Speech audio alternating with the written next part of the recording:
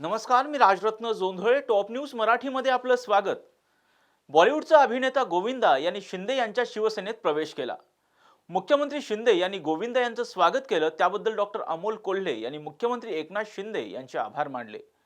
पण छत्रपती शिवाजी महाराजांचा जांजवल इतिहास मांडणाऱ्या मराठी कलाकारांना का हिणवलं जातं, असा सवाल शिरूर लोकसभेतील महाविकास आघाडीचे उमेदवार डॉक्टर अमोल कोल्हे यांनी विचारलाय. मुख्यमंत्र्यांच्या पूर्वाश्रमीचे सहकारी म्हणून शिवाजीराव आढळराव पाटलांना कोल्हेंनी या निमित्तानं डिवचलंय.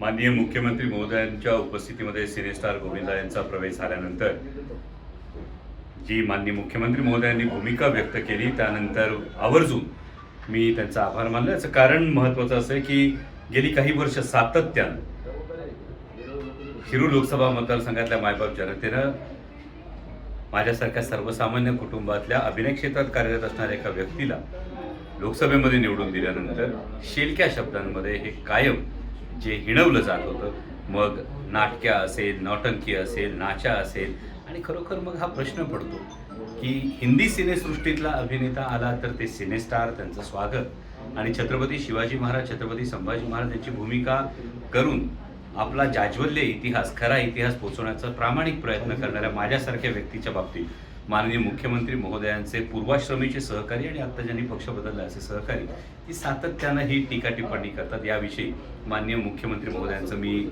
मनापासून आभार केला आणि त्यांनी हे जे समन्वयाचं किंवा ही जी महत्त्वाची बाब आहे ही त्यांच्याही निदर्शनास आणून द्यावी अशी विनंती सुद्धा यामध्ये केली.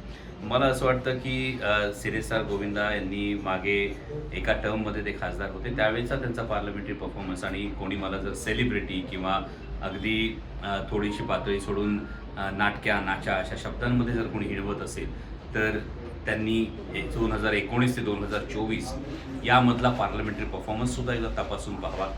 पहिल्याच टर्ममध्ये तब्बल 3 वेळा संसदेतून पुरस्कार मिळाल्यानंतर शिरूर लोकसभा मतदारसंघाचे अनेक प्रश्न हे मार्गी लावल्यानंतर, हिरहिरीनं ते प्रश्न मांडल्यानंतर जर कुणाला अशा शब्दामध्ये टीका करावीशी वाटत असेल तर मला असं वाटतं ज्यातून ज्याची त्याची संस्कृती दिसते, या पलीकडे दुसरं काय बोलणार.